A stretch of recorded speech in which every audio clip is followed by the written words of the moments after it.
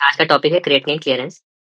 Creatinine clearance जो होता है वो जीएफआर मेजरमेंट के लिए एक हिस्टोरिकल टेस्ट है जो अभी भी यूज करते हैं।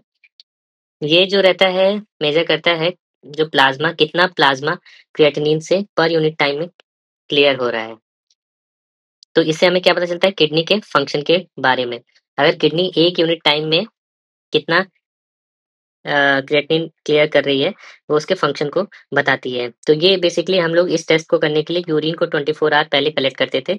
अब नए तरीके से हम इस टेस्ट को करते हैं। इसमें बेसिकली हम लोग जो जीएफआर असेसमेंट करते हैं तो हम लोग सीरम जो है क्रिएटिनिन यूज करके सीकेडी ईपीआई इक्वेशन से एस्टिमेटेड जीएफआर निकालते हैं, या हम लोग मेजर्ड जीएफआर भी निकाल सकते हैं। मेजर्ड जीएफआर जो होता है डायरेक्ट मेजरमेंट होता है with the help of isotopes such as DTPA scan और मैक3 स्कैन। तो क्रिएटिनिन का मेन क्या होता है? क्रिएटिनिन जो रहता है प्रिंसिपल अगर की बात करें तो ये फ्रीली फिल्टर्ड होता है ग्लोमेरुलस से। ये रीएब्सॉर्ब नहीं होता है, बल्कि थोड़ा-सा सिक्रीट ही होता है रीनल ट्यूब्यूल से। इसलिए क्रिएटिनिन क्लीयरेंस में ऐसा बोलते हैं कि अगर हम क्रिएटिनिन क्लीयरेंस निकाल रहे हैं यूटिनरी मेथड के थ्रू, तो ये ओवर एस्टिमेट करता है ट्रू जीएफआर को। तो स्टैंडर्ड फॉर्मूला क्या होता है? स्टैंडर्ड फॉर्मूला में हम लोग 24 आवर यूरिन को कलेक्ट करते हैं और जो इसमें यूरिन का क्रिएटिनिन डिवाइडेड बाय प्लाज्मा का क्रिएटिनिन और कितना यूरिन हमने कलेक्ट किया है ओवर 24 आवर्स, तो इसको हम लोग बोलते हैं क्रिएटिनिन क्लीयरेंस। और ये अनकरेक्टेड होता है क्योंकि इसमें बॉडी सरफेस एरिया को नहीं लेते हैं। तो इसमें हम लोग बेसिकली क्या लेते हैं, यूरिन का क्रिएटिनिन लेते हैं डिवाइडेड बाय सीरम या प्लाज्मा का क्रिएटिनिन इंटू यूरिन का वॉल्यूम और 24 आवर में कितना यूरिन कलेक्ट किए हैं। तो ये होता है अनकरेक्टेड। अगर हम करेक्टेड फॉर्मूला की बात करें तो हम लोग इसमें बॉडी सरफेस एरिया को भी इंक्लूड करते हैं। तो 1.73 अपॉन बॉडी सरफेस एरिया, बाकी फॉर्मूला सेम होता है। तो ये करेक्टेड क्लियरिंग होता है। तो इसका जो क्रिएटिनिन क्लियरेंस है इसका मेन फंक्शन क्या होता है? जीएफआर को एसेस करने के लिए। अब जीएफआर एसेस करने के लिए नए-नए फॉर्मूला आ गए हैं जो सीरम बेस्ड होते हैं। तो ये होता है कॉक क्राफ्ट गॉल्ट इक्वेशन। इसके बेसिस पे हम लोग इसको क्रिएटिनिन क्लीयरेंस या जीएफआर समझिए। तो जो जीएफआर निकालते हैं वो होता है 140 minus age into ideal weight divided by 72 into creatinine. अगर वीमेन रहती है तो हम लोग 0.85 से मल्टीप्लाई करते हैं। तो ये कॉकक्राफ्ट गॉल्ट इक्वेशन से होता है। और भी इक्वेशंस होती हैं जो इनडायरेक्ट होती हैं, वो बाद में डिस्कस करेंगे। इसका इंडिकेशन क्या होता है क्रिएटिनिन क्लीयरेंस का?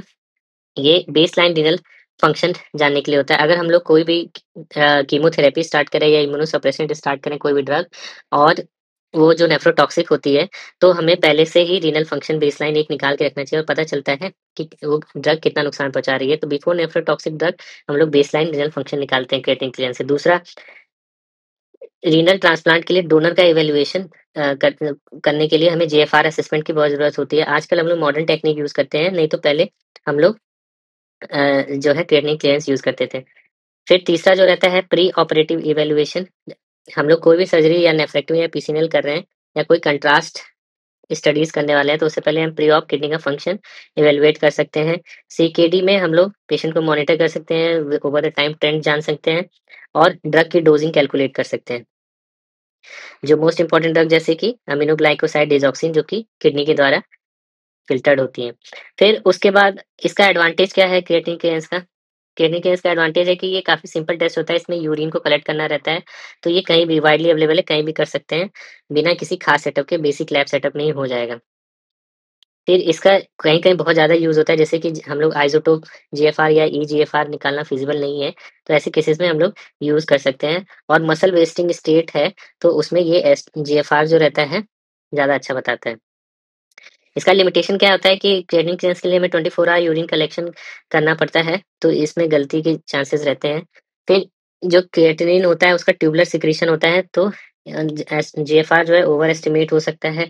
फिर तीसरा, अगर पेशेंट का डाइट, हाइड्रेशन और मसल मास की वजह से जो रिपोर्ट है वो वेरिएबल रिपोर्ट आ सकता है। और एकेआई के केस में ये आइडियल नहीं होता है, क्योंकि हमें पेशेंट का एकेआई जैसे मंडे को हुआ है तो हमें पूरे दिन मंडे 24 आवर यूरिन कलेक्ट करके तब नेक्स्ट रिपोर्ट आएगी। तो ये रियल टाइम रिनल चेंजेस को नहीं बताता है, इसलिए एकेआई में ये ज़्यादा सही नहीं होता है। अब बात करें क्रिएटिनिन क्लीयरेंस, तो क्रिएटिनिन क्लीयरेंस क्या मेज़र करता है? Creatinine clearance means GFR. तो अब ये जो है नए टेस्ट से मेज़र किया जाने लगे है ईजीएफआर, जिसके लिए मोस्ट कॉमनली हम लोग सीरम बेस्ड जो होता है वो होता है सीकेडी ईपीआई इक्वेशन होता है। तो ये सीरम बेस्ड होता है, काफ़ी आसान होता है, जबकि क्रिएटिनिन क्लियरेंस की बात करें, तो इसमें यूरिन 24 आवर कलेक्शन की ज़रूरत होती है। ये भी आसान होता है but not compare to serum. एक्यू और एक्यूरेसी की बात करें, तो क्रिएटिनिन क्लियरेंस के कंपैरिज़न में सीरम जो रहता है वो ज़्यादा एक्यूरेट होता है, और अगर हम लोग डायरेक्टली अगर डीटीपी स्कैन कराते हैं, तो वो बहुत ही हाई एक्यूरेट होता है। बट उसमें प्रॉब्लम क्या होती है, वो उसके लिए स्पेशलाइज़्ड सेटअप की ज़रूरत होती है, ऑल्दो वो एक गोल्ड स्टैंडर्ड इन्वेस्टिगेशन है in case of a donor patient.